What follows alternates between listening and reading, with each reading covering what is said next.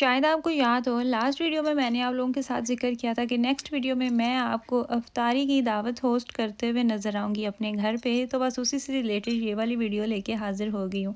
एक दिन पहले ही मैंने काम स्टार्ट कर दिए थे क्योंकि सारा काम एक दिन करना बहुत चैलेंजिंग हो जाता है। और यहाँ पे बस मेरा कैमरामैन भी अनाड़ी ही था। मैंने स्टैंड पे नहीं लगाया कैमरा। अच्छा, कभी-कभार इतनी वो सुस्ती हो जाती है ना, दिल ही नहीं चाहता कि अच्छा क्या आप स्टैंड पे लगाना है कैमरा, तो हाथ में ही पकड़ के शूट कर लेते हैं। तो मैंने मिराज को कहा कि अच्छा आप मेरी थोड़ी देर के लिए ये मेरी हेल्प कर दें। और मुझे दही बड़े बनाने थे दाल के, उसके लिए मैंने 1 कप मूँग की दाल ली थी और 1.5 कप मैंने माश की दाल ली थी। अच्छा, मेरे हस्बैंड को पसंद है दही बड़े, तो मैं फिर हमेशा से कोशिश करती रहती हूँ कि कोई अच्छे से अच्छी कोई नई चीज़ बनाऊँ। बेसन के भी बना लेती हूँ। और बेसन के मुझे लगता है जो दही बड़े बनाते हैं उसको दही फुल्की कहा जाता है, और जो दाल के बनाते हैं उसको दही बड़े कहा जाता है। तो अच्छा, ये भी एक अलग ही डिबेट है, कोई इसकी वो समझ नहीं आती, लेकिन भाई भाई हमारी हम नज़र तो में सब शरीफ दही लोग बड़े। हैं, हम कोई रौला नहीं करते, कोई कुछ नहीं करते, जैसे कोई कहते बस वैसे ही मान लिया है। एनीवेज, सारी रात अब दाल जो है ना वो भीगी रहेगी और सुबह उठ के मैं उसको जग में डाल के, जिसमें हम मिल्क शेक बनाते हैं, तो उसमें मैं अच्छे से उसका पेस्ट बना लूँगी। उसके अलावा मेरे मेन्यू में ऐड थे चिकन बन्स।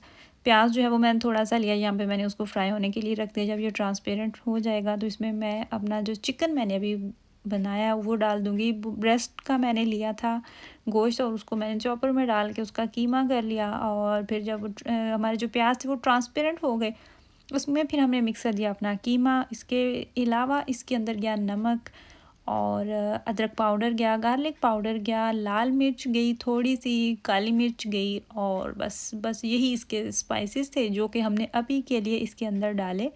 इसको अच्छे तरीके से कर लेंगे फ्राई, और फिर हम इसमें डालेंगे सोया सॉस। सोया सॉस आपने इसमें तकरीबन आधा केजी है ये चिकन, तो सोया सॉस आपने इसमें तकरीबन 2 टेबलस्पून भर के डालने हैं। और फिर इसके अंदर जाएगी 2 उतनी ही, मतलब कि मस्टर्ड पेस्ट हम डाल देंगे इसके अंदर। और लास्ट में जब ये अच्छे तरीके से इसकी भुनाई हो जाएगी तो हम इसमें केचप डाल देंगे, और ये हमारा यमी सा कीमा जो है ना वो बन के रेडी हो जाएगा। और जो इतना मज़ेदार बना था ना, मुझे लग रहा था कि अगर इसकी इस मौसम में भी फिलिंग की जाए तो ये परफेक्ट है, बेस्ट है। और अगर आप वैसे भी इसको खाना चाह रहे हैं तो बहुत ही यमी था। अब जो बंस बनाने हैं उसके लिए हमें जो डो रेडी करनी है तो हम उसकी अब तैयारी कर लेते हैं। अच्छा, याद रहे ये वाली जो आप चीज़ें देख रहे हैं ना, ये मैंने एक दिन पहले ही बनाना स्टार्ट कर दी थी, ताकि डो जो है वो भी सुबह से अच्छे तरीके से डबल हो जाए। अंडा लिया और इसके अंदर गया नमक, इसके अंदर गई चीनी और ड्राई ईस्ट डाला, और इसके अंदर मैंने डाला दूध। तो अब जब वो अच्छे तरीके से चीज़ें मिक्स हो गई, इसमें हम डालेंगे मैदा। अगेन वही मेरा कैमरा मैन है, पकड़ता गया तो कह रहा था मामा मैं थक गया हूँ। मैंने कहा इतनी जल्दी थक गया? तो कहता है जी। बच्चे जब आपको इतनी साफ़ से कोई जवाब देते हैं ना, तो कभी कभार आपको उन पे प्यार आ जाता है और कभी कभार आप चिढ़ भी जाते हैं। अच्छा, मॉर्निंग हो चुकी है और यहाँ पे हमारी जो दाल है ना वो हमने शिफ्ट कर दी जग में। मैंने क्या गलती की, जितनी वो दाल थी ना, मैंने सोचा एक ही दफ़ा सारी डाल देती हूँ तो काम जो है ना वो ख़त्म हो जाएगा, तो एक दफ़ा वो हो जाएगी। लेकिन मुझे जब फ़ील हुआ कि वो जग से काम ज़्यादा हो चुका है, वज़नी हो चुका है, तो फिर मैंने उसे आधी जो दाल है वो निकाल ली, और आधी फिर मैंने इस तरीके से 2 मतलब पार्ट में डिवाइड करके तो उसको मैंने बिल्कुल उसका पेस्ट बना लिया। गोश्त जो है मटन मुझे बनाना था और साथ मुझे पुलाव बनाना था। हमारे जो मेहमान आ रहे थे उनको पुलाव ज़्यादा पसंद है बिरयानी की निस्बत, तो फिर मैंने पुलाव चूज़ किया कि अच्छा पुलाव बनाती हूँ, मेरे लिए भी आसानी होगी, बन भी जल्दी जाएगा। और मेस इतना होता है ना, जब आप एक साथ 3-4 काम लगे होते हैं तो बहुत ज़्यादा आपकी साइडों पे मेस क्रिएट हो जाता है। लेकिन ये होता है कि जब एक बंदा काम करने वाला होता है ना, तो वो फिर आराम से लगा होता है, उसको पता होता है मैंने पहले ये काम करना है फिर वो काम करना है। मुझे जो काम ज़्यादा मुश्किल लग रहा था ना, वो मुझे दही बड़े जो मैंने बनाने थे ना, इनकी फ्राइंग का मुझे लग रहा था, क्योंकि मैंने एक्स्ट्रा क्वांटिटी में दाल भी गोई हुई थी। और मेरा माइंडसेट यही था कि मैं इतने दही बड़े बनाती हूँ, जो कुछ मैं अभी यूज़ कर लूँगी और बाकी के जो है ना वो मैं फ्रीज़ कर दूँगी। दही बड़े फ्रीज़ हुए हुए बहुत अच्छे रहते हैं और बहुत ही आसानी हो जाती है जब भी आपने बाद में बनाने होते हैं। अच्छा, मुझे डेट्स की फिलिंग करनी थी, और जो मैंने मीठा बना के रखा था, मीठे में भी मैंने एक दिन पहले ही रसमलाई बना के रख दी थी। तो उसके ऊपर जो मुझे ड्राई फ्रूट्स डालने थे, पिस्ता मुझे निकालना था, तो वो मैंने अपने हस्बैंड के ज़रिए काम लगाया कि थोड़ा सा पिस्ता है तो ये मुझे आप इसको ना कट करके रखते हैं। तो जो मैंने दही बड़े यूज़ करने थे वो मैंने अलहदा एक बॉल में सेपरेट कर लिया, और बाकी जो मुझे फ्रीज़ करने थे वो जब अच्छे तरीके से ठंडे हो चुके उनको मैंने एयर टाइट बॉक्स में डाला, और मतलब पैकेट में डाला, तो अब वो फ्रीज़र में चले जाएंगे। तो यहाँ पर मैंने शॉवर लेना था, शॉवर लेके मैं भी आ चुकी हूँ। मतलब कि अब ये सेकंड टाइम के ही करीब था काम। पकोड़े मुझे बनाने थे और ऑफ कोर्स कैसे हो सकता है पकोड़े ना बने। पकोड़ों के बगैर तो आपका इफ्तार टेबल जो है ना वो अधूरा होता है, स्पेशली जब आपके घर में गेस्ट आ रहे होते हैं।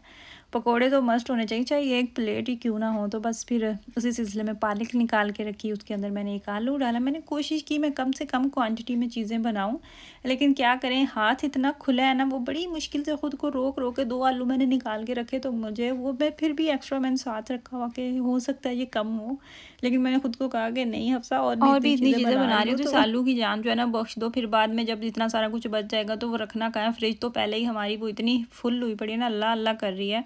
अच्छा प्याज लिए मैंने, आलू डाला इसके अंदर और लेमन जूस डाला इसके अंदर, नमक गई, मिर्च गई, हल्दी गई और पालक गई ढेर सारी इसके अंदर, और थोड़ा सा बेसन डाला। फिर इसमें सूखा धनिया डाला साबुत, और फिर इसके अंदर गया अनार दाना, तो योगर्ट भी डाली थी इसके अंदर, ज़ीरा भी डाला। तो बस इसमें जितनी वो चीज़ें मुझे डालनी थी ना, बस मैं चाह रही थी कि कुछ ऐसा ना बचे जो मुझे उस टाइम पे डालना पड़े। तो उस टाइम पे बस इतना ही हो, 1 कतरा 2 कतरे जितने भी आपको वो पानी की ज़रूरत है वो मिक्स करें, और बस आपका जो पकौड़ों का बैटर है वो रेडी हो जाए। चाह रही थी कि एक्स्ट्रा जितने भी काम है ना वो ख़त्म हो जाए, ताकि इफ्तार से पहले वो कोई और करना ना पड़े। उसके अलावा मुझे फ्रूट चाट करनी थी और वो बनानी थी। अच्छा देखिए ना, जब पहले आपके वो माइंड में इतनी सारी चीज़ें होती हैं, आपने ये भी करना वो भी करना, और मुझे वाटरमेलन कट करके रखना था, और वो मैंने सोचा हुआ था कि पहले वो नहीं कट करके रखती, फ्रिज में रखा हुआ था तो सैगी हो जाता है। तो वो मुझे याद ही नहीं रहा, वो जो वाटरमेलन था वो वैसे ही का वैसा फ्रिज में पड़ा रहा है, और अफ्तार सारी हो गई, डिनर हो गया, तो वो मुझे बिल्कुल भी नहीं याद आ रहा। मुझे कुछ टाइम पहले याद आया कि वाटरमेलन जो है वो तो मैंने कट करके रखा ही नहीं था।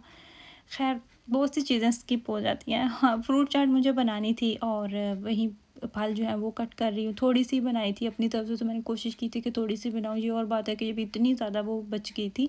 और होता है इशू, फ्रूट चाट जब भी आप बना के रखते हैं तो आपकी फ्रूट चाट जो है ना वो ब्लैक हो जाती है। मैंने तकरीबन 3 घंटे पहले फ्रूट चाट बना ली थी, लेकिन मेरे साथ पहले भी ऐसा ही होता है। शायद ये अपने अपने हाथ का होता है इशू, या पता नहीं, अल्लाह जाने इसके पीछे अब क्या लॉजिक है। मेरी फ्रूट चाट काली नहीं होती। दूसरे दिन मैं अगर फ्रूट चाट खा रही हूँ ना, तो बनाने मतलब थोड़ा सा अपना कलर चेंज किया होगा, ब्राउन हो जाता है, वो भी वो ब्लैक नहीं होता। लेकिन जब बड़ा होता है इशू होता है, हमें बड़ी ये बात डिस्कस की जा रही होती है लेडीज़ में स्पेशली, कि फ्रूट चाट ब्लैक हो जाती, तो क्या करें, वक्त इतना आपके पास टाइम नहीं होता। तो मुझे अल्लाह का शुक्र है मेरी नहीं ब्लैक होती। अब आप में से भी अगर किसी को पता है या इस चीज़ के पीछे क्या है, तो आपने मुझे ज़रूर बताना है कि क्या वजह हो सकती है। शलागज़ानी क्रीम मैंने ली, और उसको मैंने किया बीट, और जो मुझे डालनी है अब फ्रूट चाट के अंदर मैंने मिक्स की थोड़ी सी।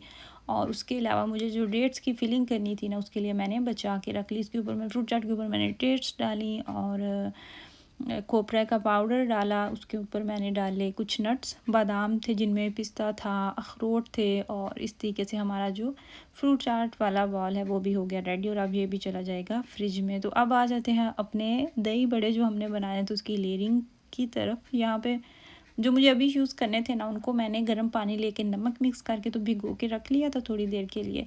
लेकिन जो मुझे अभी नहीं यूज़ करने थे, फ्रीज़ करने थे, उनको पानी में नहीं डाला। उनको तभी हम डालेंगे जब हमें दोबारा यूज़ करना होगा। तो ये थे सारे दही बड़े जो मुझे अभी यूज़ करने। इसके लिए अब हम रेडी कर लेते हैं योगर्ट को, जो कि हमने इसके ऊपर डालनी है।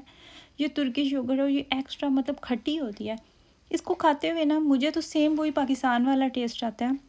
स्पेशली जब आप खट्टी योगर्ट लेते हैं ना, और आपने नमकीन चावल पके हुए हैं, चाहे तो वो बिरयानी है, पुलाव है, या फिर सब्ज़ी वाले हैं, तो वो इतनी वो खट्टी और वो चावलों का जो कॉम्बो होता है ना, वो इतना मज़े का लगता है ना। अच्छा योगर्ट में मैंने चीनी डाली है, कुछ लेमन जूस किया, और इसके अंदर गया चाट मसाला। तो बस इतनी सी चीज़ें इसके अंदर की, थोड़ा सा मैंने इसको पतला किया। तो बस ये अब हमारा जो बैटर है ना, ये जाएगा दही बड़ों के ऊपर। अगर आप नहीं चाहते इसके अंदर आप वो करें खूबसूरती, आप इसकी इन्हेंस करना चाहते हैं, तो आप खाली योगर्ट डाल दें, और उसके ऊपर आप जो चाट मसाला है वो ऐड कर दें, और बस जी हमारे दही बड़े भी हो गए रेडी। थोड़े से मैंने प्याज डाले, टमाटर डाले, क्योंकि बच्चे भी हैं तो बच्चे प्याज और टमाटरों से दूर भागते हैं। तो मैंने वो फिर दरमियान में डाल के, अगर वो साइड से लेना चाहें तो ले लें। और मेरी जो चटनी सॉस मैंने बना के रखी थी ना, इतनी यमी, वो अब रमज़ान के साथ ही वो भी ख़त्म हो रही है, बिल्कुल ख़त्म हो गया। हल्की थोड़ा सा जो जार है ना वो साफ़ करने वाला रह गया, और ये हमारा सैलड भी हो गया रेडी। इस तरह के काम जो है ना वो छोटे छोटे से जो काफ़ी टाइम टेकिंग होते हैं, तो पहले करके रखे हो ना, तो वो आपको वो सेटिस्फेक्शन रहती है और वो अच्छा रहता है। अच्छा इसके अलावा मुझे बनानी थी पोटैटो ब्रेड फ्राइड मुझे बनानी थी। उसके लिए मैंने यहाँ पे आलू लिए, उनको मैश किया, इसके अंदर गया नमक और थोड़ी सी हल्दी की, लाल मिर्च गई, दैट्स इट। और इसके अलावा मैंने कुछ भी इसके अंदर नहीं डाला। इसका मेज़ा जो है वो हमने मिक्स करके रख लिया। 2 तरह के मैंने सोचे हुए थे ड्रिंक्स बनाऊँगी। सोचे हुए तो मैंने 3 तरह के थे। मैं ये भी चाह रही थी कि मैं साथ में मैंगो का शेक भी थोड़ा सा बना लूँगी, लेकिन टेबल पे इतनी वो जगह ही नहीं बची, तो वो फिर मैंने वो सिचुएशन देखते हुए तो वो स्किप कर दिया। जामे शीरी मैंने बनाया था, रूह अफ़ज़ा था या जामे शीरी था मुझे तो दोनों सेम ही लगते हैं, और साथ में लीमू पानी था।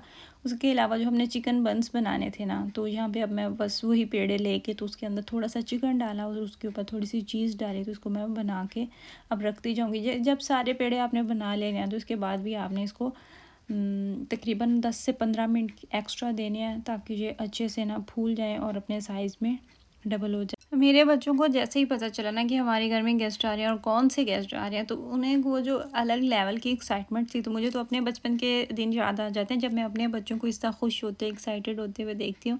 मुझे याद है हमारे बचपन में जब हमारी फूफो आया करती थी ना, मेरे जो फूफो के बच्चे हैं उनकी और हमारी उम्रें तकरीबन सेम है, तो उनका ज़्यादा चक्कर लगा करता था हमारी तरफ, और उन्होंने जब भी आना होता था हमें इतनी खुशी होती थी, इतनी एक्साइटमेंट होती थी। तब वो अब तो खैर टाइम लेके जाते हैं एक दूसरे के घर, बाकायदा से आपने वो अपॉइंटमेंट आपने बनानी होती है, लेनी होती है कि आपके पास टाइम है। हमारी ज़िंदगी इतनी मसरूफ़ हो चुकी है, इतने वो ज़्यादा काम हो चुकी है, लेकिन तब अचानक ही आ जाया करते थे, और जब आते थे ना तो वो बहुत खुशी होती थी, और स्कूल जाने पे भी नहीं दिल चाह रहा होता था। और सेम ऐसे जब हमने जाना होता था तो हमें भी बहुत खुशी होती थी।